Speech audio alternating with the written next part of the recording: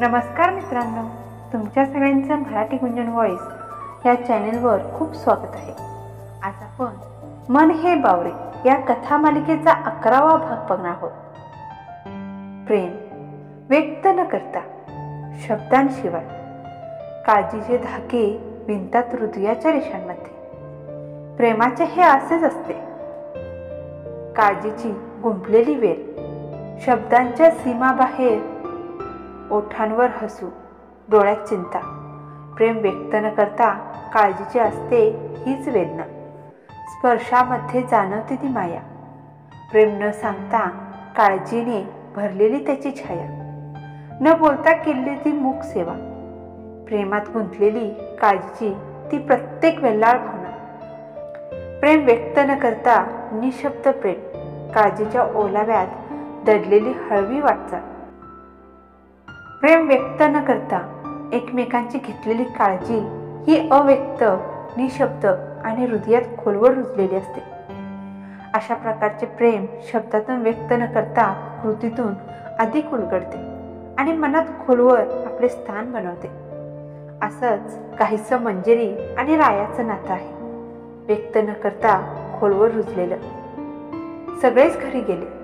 सगळेजण दिवसभराच्या दगदगीमुळे खूप दमले होते. कोणी बोलायच्या सुद्धा अवस्थेत नव्हते, एवढे दमले होते. त्यामुळे लगेचच झोपून जातात. मंजिरीचा मूड एकदम फ्रेश झाला होता. दुसऱ्या दिवशी ऑफिसला जाण्याची सगळी तयारी करते आणि झोपण्यासाठी जाते. डोळे मात्र झोपेला आले होते, पण मन मात्र तिचं रायासाठी जागं होतं. त्याच्या मनात आपल्याबद्दल काळजी आहे हे तिला जाणवलं होतं. नाही म्हणत असला तरी त्याला फरक पडतो आपल्या रुसण्याचा हे तिला जाणवलं होतं. पण पुन्हा तोच प्रश्न तिच्या डोळ्यांसमोर उभा राहिला होता की कर्तव्य म्हणून तर करत नसेल ना. दोघे पण ओळख असूनही अनोळखी असल्यासारखे वागत होते. दोघांमधलं अंतर कधी कमी होणार आहे हे देवालाच ठाऊक. रायाचा विचार करतच मंजिरी झोपून जाते. इकडे रायाला मात्र झोप येतच नव्हती. कितीतरी वेळ तो मंजिरीचा विचार करत बसला होता. राहून राहून त्याला मंजिरीचे पाणावलेले डोळे आठवत होते. रायाला तिला असं शांत बघवत नव्हतं. ओरडणारी, भांडणारी आणि बडबड करणारी मंजिरी त्याला खूप आवडायची. आपल्याला आवडणारी व्यक्ती त्या व्यक्तीसोबत कितीही भांडण जरी झालं तरी त्या व्यक्तीची काळजी शेवटी वाटतेच.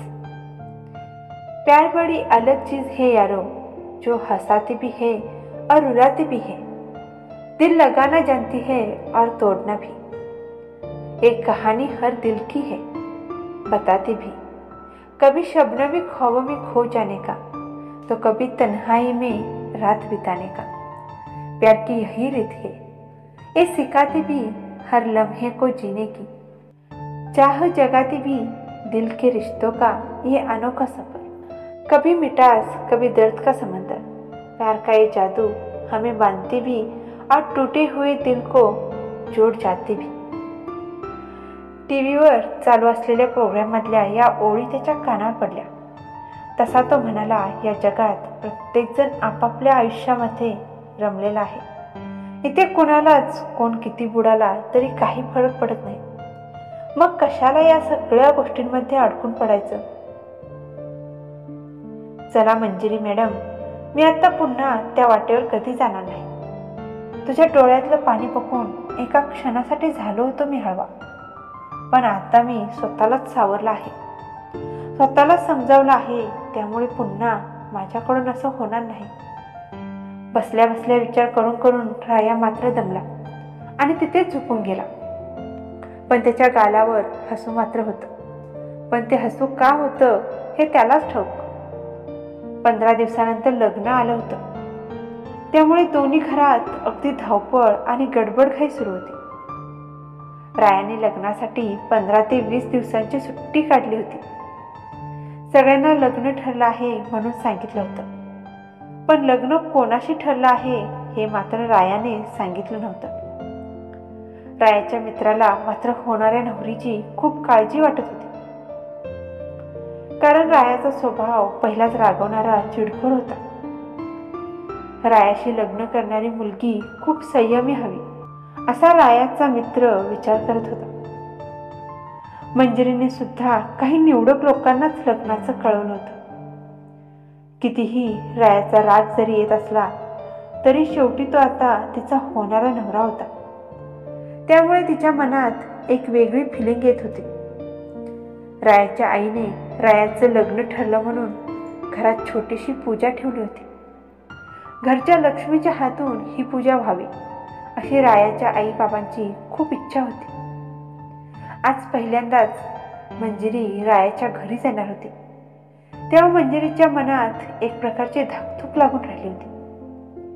आईने मंजिरीला गुलाबी रंगाची साडी दिली आणि साडी नेसून लवकर आवरून खाली ये म्हणून सांगितलं होतं. पण गडबड घाईत आईच्या लक्षातच आलं नव्हतं की मंजिरीला साडी तर नेसायलाच येत नाही म्हणून. आई गडबड घाईत खाली निघून गेली. मंजिरी मात्र त्या गुलाबी रंगाच्या साडीकडे पाहतच बसली होती. गोल्डन कलरच्या काठामुळे ती साडी खूप मस्त दिसत होती. मंजिरीला सुद्धा साडी खूप आवडली होती. पण सगळ्यात मोठा हा प्रश्न तिच्या पुढे उभा होता की साडी नेसायची कशी. बऱ्याच वेळा ती साडी उघडते, एक साईड एका हातात धरते तर दुसरी साईड दुसऱ्या हातात ट्राय करते, पण तिला काही केल्या साडी नेसायलाच येत नाही. बराच वेळ डोक्याला हात लावून ही साडी कशी नेसायची याचाच विचार करत असते. शेवटी स्वतःला आज साडी नेसायला ट्राय केलं पाहिजे हे लक्षात येताच मग काय, गुगल बाबा जिंदाबाद म्हणत गुगलवर साडी कशी नेसायची सर्च करते आणि व्हिडिओ बघून पटापट कशी बशी साडी नेसते. आईने साडीवर मॅचिंग अशी ज्वेलरी काढून ठेवली होती. मोरपिसाच्या डिझाईनचे झुमके, गळ्यात नाजूकसा हार, ओठांवर लावलेली ती गुलाबी रंगाची लिपस्टिक, कपाळावर नाजूकशी चंद्रकोर, हातातल्या बांगड्या तर तिला खूपच जड झाल्या होत्या. कारण तिने पहिल्यांदाच असा काहीतरी आपला लुक केला होता. मंजिरी पटापट तयार होऊन खाली आली. आई तर तिच्याकडे बघतच राहिली होती. आईच्या डोळ्यात आपणच पाणी दाटून आलं होतं. कारण त्यांना कळलंच नव्हतं की आपली मंजिरी कधी एवढी मोठी झाली. राणी तर मंजिरीला अशा रूपात बघून अचंबित झाली होती. तिच्याकडे बघतच राहिली होती. अरे वावा, किती भारी दिसतेस ग. एक लाजरान साजरा मुखडा चंद्रवाणी खुलला ग, राजा मदन हसतोय कसा की जीव माझा फुलला ग म्हणत राणी मंजिरीला चिडवायला लागली होती. आईच्या सांगण्यावरून लग्न करते असं म्हणता म्हणता मंजिरीच्या मनाच्या कोपऱ्यात कुठेतरी प्रेमाची भावना ही जागी झाली. राणीच्या गाण्यावरून ती खूप लाजायला लागली होती. आई सांग ना ग तिला, बघ ना कशी चिडवते मला म्हणत मंजिरी राणीला धक्का मारते. आई आपल्या डोळ्यातलं एका बोटाने काजळ घेते आणि मंजिरीच्या काना पाठीमागं लावते आणि बोलते की कुणाची सुद्धा नजर नको लागायला माझ्या मुलीला. मंजिरी आज एखाद्या फुलाला सुद्धा लाजवे एवढी सुंदर दिसत होती. आज मंजिरी पहिल्यांदाच रायाच्या घरी येणार होती. मंजिरी आज घरी येणार आहे म्हणून रायाचं चित्त काही थारावर नव्हतं. पुन्हा पुन्हा त्याचं लक्ष दरवाजाकडे जात होतं. त्याला मंजिरी कधी येते असं झालं होतं, पण तो आपल्या चेहऱ्यावर सुद्धा दाखवत नव्हता. पूजेसाठी राया पाठावर बसला होता. त्याला काहीच कळत नव्हतं की मंजिरीची फॅमिली कधी येणार आहे. मंजिरीला केव्हा बघतो असं त्याला झालं होतं. मंजिरीच्या एका हसण्यावर तो हरवणारा आज पुन्हा हरायला तयार झाला होता. पूजा सुरू होती त्यामुळे त्याला पाठीमागे वळून बघता सुद्धा येत नव्हतं. डोळे मिटून गुरुजी सांगतील तसं म्हणत होता. तेवढ्यात त्याला शेजारी लयबद्ध असा आवाज येतो. मिटलेले डोळे हळूच नकळत उघडत तिरक्या नजरेने शेजारी बघतो तर काय, ते दृश्य पाहून राया हरवून जातो. गुरुजी काय सांगतायत हे त्याच्या कानापर्यंत पोहोचतच नाही. पांढऱ्या रंगाचा कुर्तानी पायजमा घातला होता. तो दिसण्यात कुठेही मागे पडत नव्हता. त्याचं ते शांत रूप मंजिरी पाहत होती. हळूच केसांना मागे करत हातात पहिल्यांदाच तिने एवढ्या सगळ्या बांगड्या घातल्या होत्या. त्यामुळे सवय नसल्यामुळे केसांची बट पाठीमागे करताना बांगड्यांचा आवाज झाला. रायाने आवाजाच्या दिशेने पाहिले आणि फक्त पाहतच राहिला. खरंच नक्षत्र जणू काही अंगणात उतरावं एवढी सुंदर दिसत होती ती. त्यात तिने साडी नेसली होती. साडीमुळे तर तिचं रूप अजूनच खुललं होतं. त्यामुळे राया पहिल्याच भेटीमध्ये तिच्या प्रेमात पडला होता. त्याने नजर तिच्याकडे वळवली तेव्हा ती आपल्या बांगड्यांना काहीतरी बडबडत होती. किती झालं तरीही काय कोणाला ओरडायची संधी सुद्धा सोडणार नाही.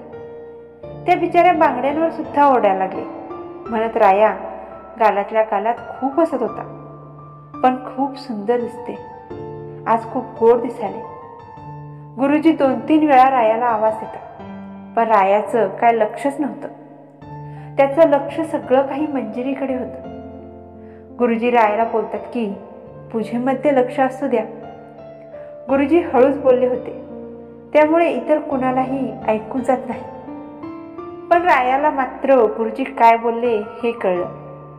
पूजा अगदी मनासारखी व्यवस्थित संपन्न झाली. आरतीसाठी सगळ्यांना गुरुजी उभं राहण्यासाठी सांगतात. तेव्हा रायाची आई बोलते की या दोघांच्या लग्नाला 4च दिवस बाकी आहेत. या दोघांनी आरती केली तर चालेल का? तेव्हा गुरुजी बोलतात की हे तर सोन्याहून पिवळे झाले. दोघे सुद्धा करू देत आरती. उलट हा तर योग खूप चांगला आहे. गुरुजी मंजिरीला रायाच्या सोबत येऊन उभं राहायला सांगतात. तेव्हा मंजिरी खूप आवडते. तिला वाटलं नव्हतं की असं आरतीसाठी रायाच्या शेजारी उभं राहावं लागेल. रायाची आई मंजिरीला राया शेजारी नेऊन उभा करते आणि दोघांच्या हातामध्ये आरतीचं ताट देते. रायाला असं मंजिरी जवळ आलेलं बघून राया वेगळ्याच विश्वात हरवून जातो. रायाने काहीच न बोलता आरतीचे ताट तिच्याकडे धरलं. तिने सुद्धा मग आरतीच्या ताटाला आपला हात लावला. आरती सुरू झाली. मंजिरी आणि राया एका नवीन बंधनात अडकणार होते. एका नव्या नात्याची सुरुवात होणार होती. नवीन नात्याची सुरुवात म्हणजे जीवनातील नवीन पर्वाची सुरुवात. यात आनंद, उत्सुकता आणि काही प्रमाणात भीतीही असते. या नात्याच्या यशस्वीतेसाठी समर्पण, संवाद, विश्वास, सहनशीलता आणि विचारसरणीचा आदर करून एकमेकांच्या सुखदुःखात सहभागी होणे नात्याला मजबूत बनवते.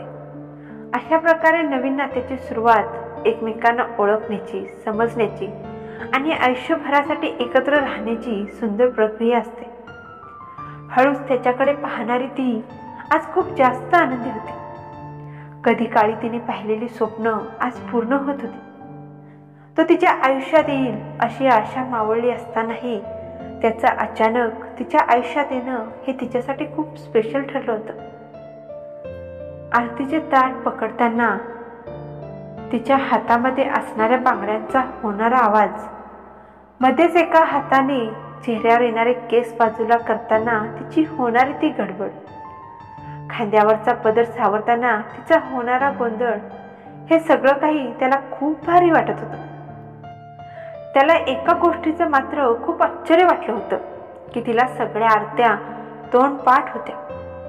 खरंच किती हुशार आहे ही आगाऊ, असं म्हणत राया गालातल्या गालातच हसत होता. त्याच्या डोक्यात तिचाच विचार चालू होता.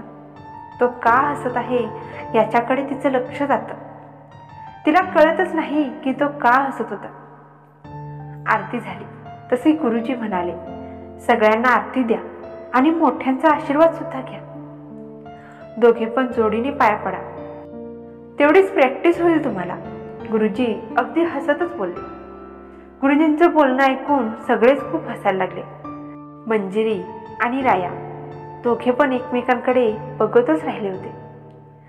मंजिरी अगदी शहाण्या मुलगीसारखी सगळ्यांचं ऐकत होती पण राया मात्र तिचं साडीतलं रूप बघण्यात गुंग होता. प्रत्येक जण मंजिरीचं खूप कौतुक करत होते. आज मंजिरी खूपच छान दिसते. प्रत्येकाच्या तोंडात एकच वाक्य होतं. पण मंजिरीच्या मनात राहून राहून एकच प्रश्न आणि एकच विचार सारखा सारखा येत होता. तो म्हणजे राया काही सुद्धा का बोलत नाही. त्याने एकदा तरी मी साडीत कशी दिसते का बरं सांगितलं नाही. का त्याने माझ्याशी बोलावं, मी कशी दिसते हे सांगावं. का असं मला वाटतंय, का त्याच्याशी बोलावं वाटतंय. असे अनेक प्रश्न मंजिरीच्या मनात चालू होते. सगळेजण किती कौतुक करतात माझं, पण तरी सुद्धा रायासाठी का मन थांबले माझं, का मला काहीच कळत नाही. मंजिरीच्या डोक्यात हे विचार चालूच होते. इकडे राया तर मंजिरीच्या सोज्वळ, सात्विक आणि सुंदर रूपामुळे अर्धा फ्लॅट झाला होता. मंजिरीचे आई बाबा, राणी सगळेजण परत आपल्या घरी जाताना राया मंजिरीच्या आईबाबांच्या पाया पडला आणि शेजारीच उभा असणाऱ्या मंजिरीच्या कानात हळूच बोलला की आज खूप छान दिसतेस. ती मात्र त्याच्याकडे बघतच राहिली. तिने बारीक डोळे करून त्याच्याकडे पाहिलं तर तो हसतच होता. त्याचं असं चिडवणं, त्याचं हसणं मंजिरीला खूप आवडू लागलं होतं. चला पुढे आता मंजिरी आणि रायाचं लग्न अगदी 4 दिवसावर राहिलं आहे. आणि ते 4 दिवसात आणि त्या लग्ना दिवशी काय काय गडबड गोंधळ होणार आहे हे आपण पुढच्या भागात बघणार आहोत. प्रत्येक मुलगीच्या आयुष्यात तिचं स्वतःचं घर हे माहेर होतं आणि ज्या घरात आपण नवीन जातो ते घर सासर होतं. दोन्हीही घरं तिचीच, पण वेगवेगळ्या नावाने. एका घरात जन्माला यायचे आणि दुसऱ्या घरात देवाघरी निघून जायचे. प्रत्येक वेळेस वेगवेगळ्या भूमिका मात्र निभवायच्या. कसं असतं ना एका मुलगीचं आयुष्य. जाऊ दे, हे सगळं बोलत बसले ना तर खूप मोठा व्हिडिओ बनेल. याच्यावर आपण निवांत एकदा बोलूया. पण आजचा भाग कसा वाटला हे कमेंट करून सांगायला विसरू नका. आणि भेटूया आपण येणाऱ्या नवीन आणि इंटरेस्टिंग लग्नाच्या भागामध्ये. तोपर्यंत धन्यवाद.